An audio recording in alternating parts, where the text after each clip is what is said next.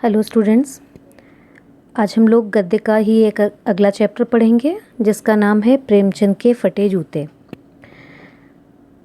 हिंदी साहित्य में प्रेमचंद जी का नाम तो आपने खूब सुना होगा।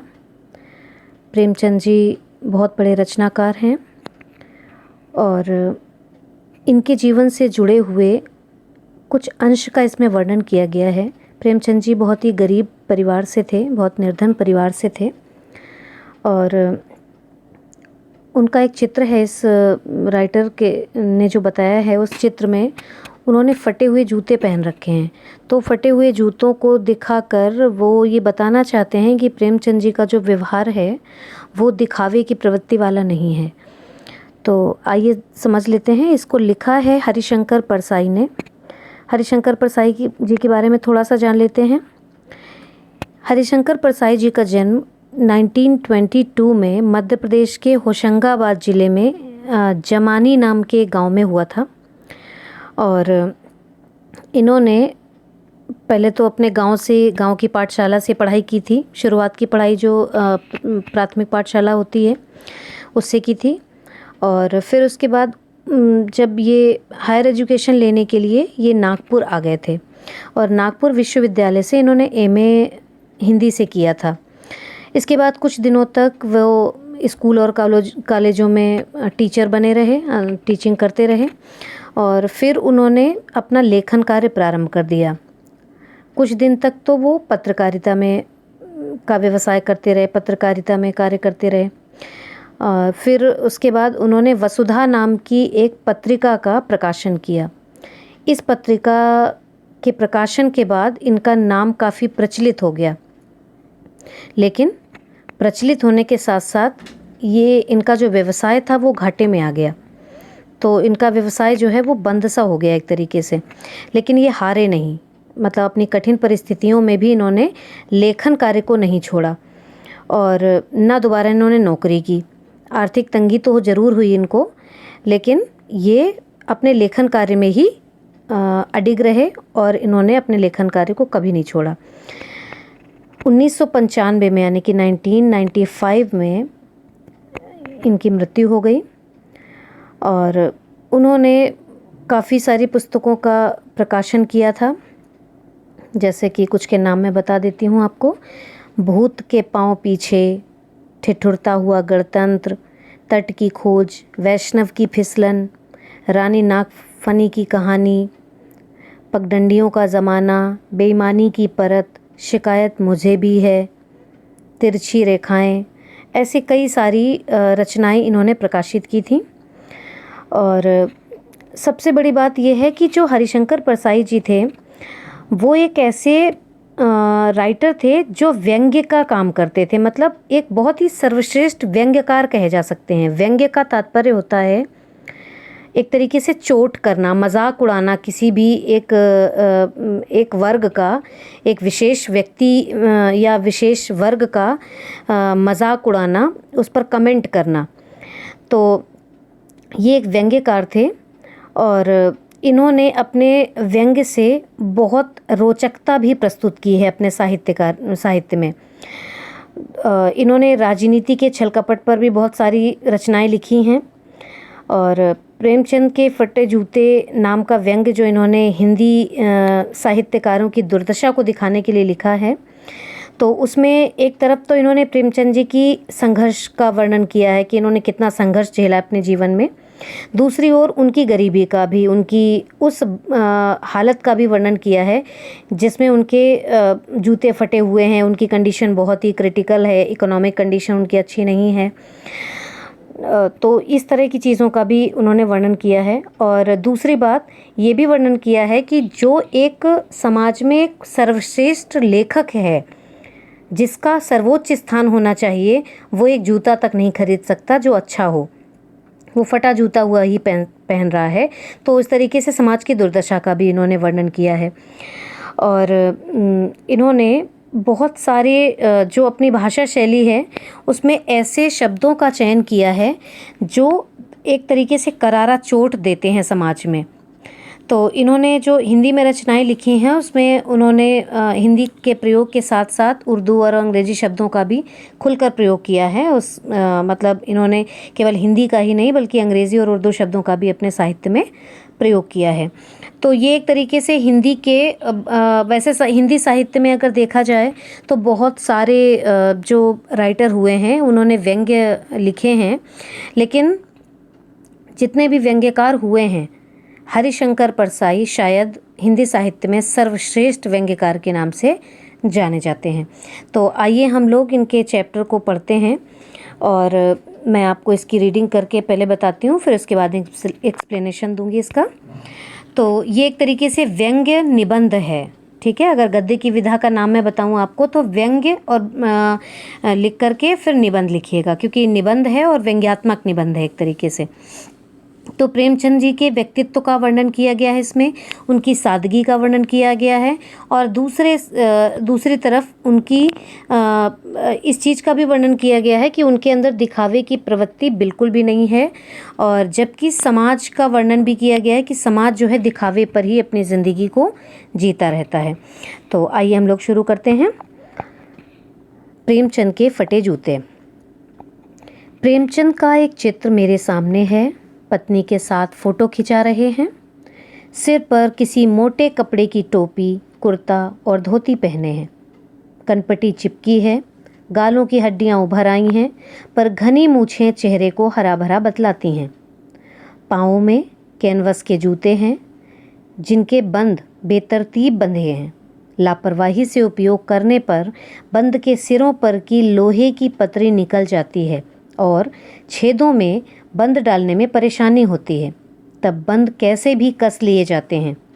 दाहिने पांव का जूता ठीक है, मगर बाएं जूते में बड़ा छेद हो गया है जिसमें से अंगुली बाहर निकल आई है। मेरी दृष्टि इस जूते पर अटक गई है।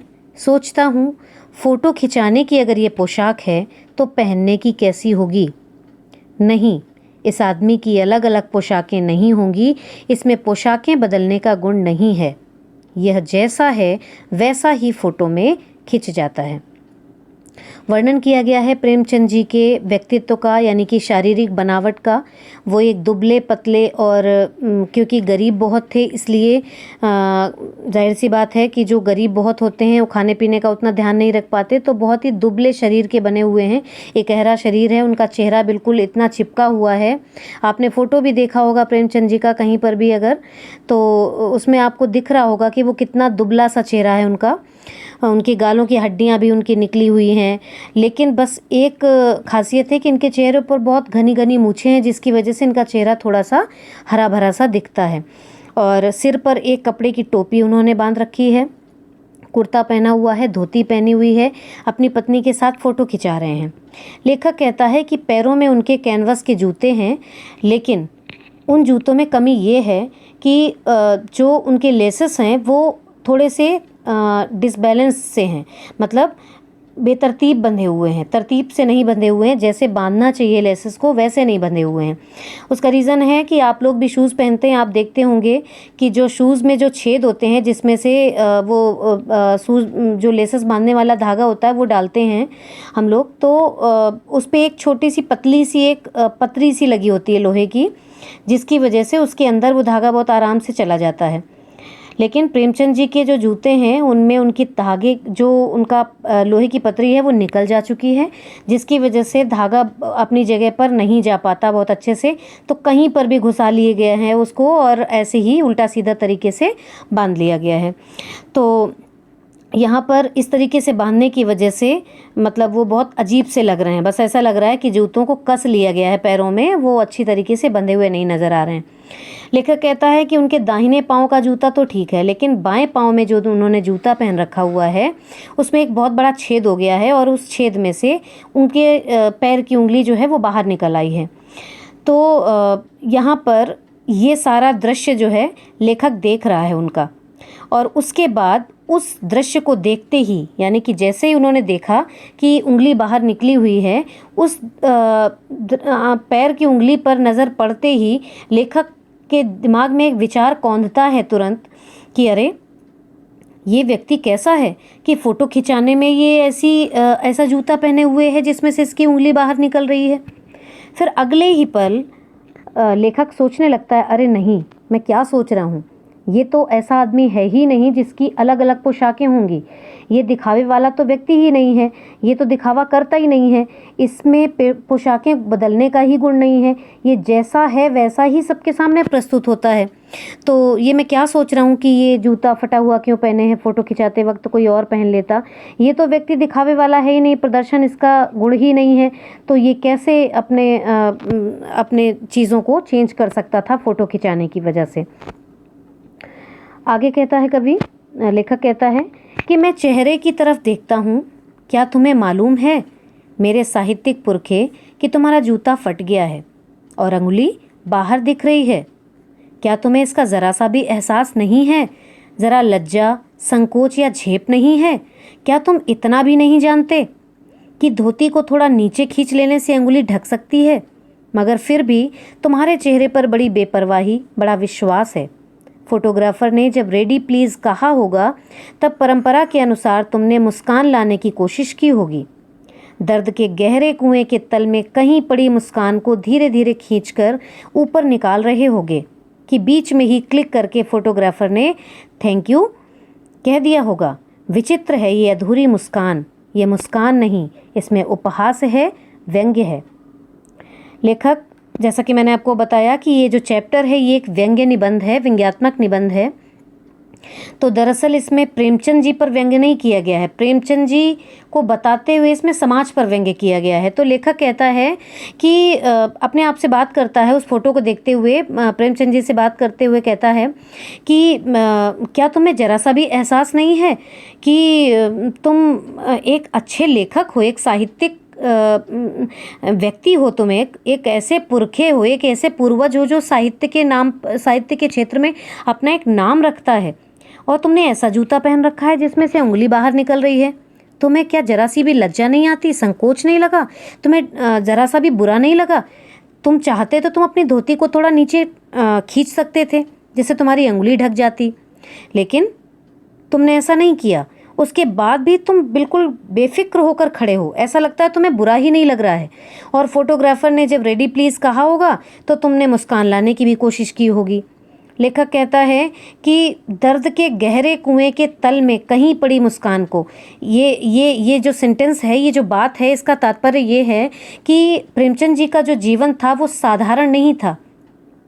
वो बहुत ही निर्धनता से जीवन व्यतीत करते थे। उनके लेखन ने, आपने जो उनके रचनाएं पढ़ी होंगी, गोदान, गबन, है ना, तो इन सब में आपने देखा होगा कि किस तरीके से बहुत ही ज़्यादा दयनीय स्थिति को दिखाया गया है।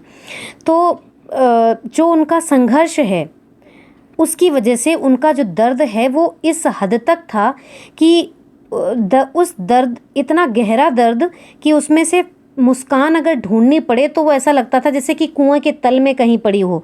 इतना गहरा दर्द होता था उनके आसपास कि मुस्कान अंदर तक घुसी होती थी। ठीक है, तो उसको भी निकाल कर उन्होंने कोशिश की मुस्कुराने की।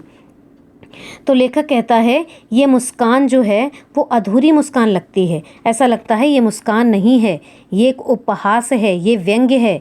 तुम ये मजाक उड़ा रहे हो शायद समाज का, तुम शायद मजाक उड़ा रहे हो इस पूरे सृष्टि का, इस पूरे समाज का, समाज के लोगों का, समाज के उन ठेकेदारों का जो दिखावे की प्रवृत्ति पर विश्वास रखते हैं।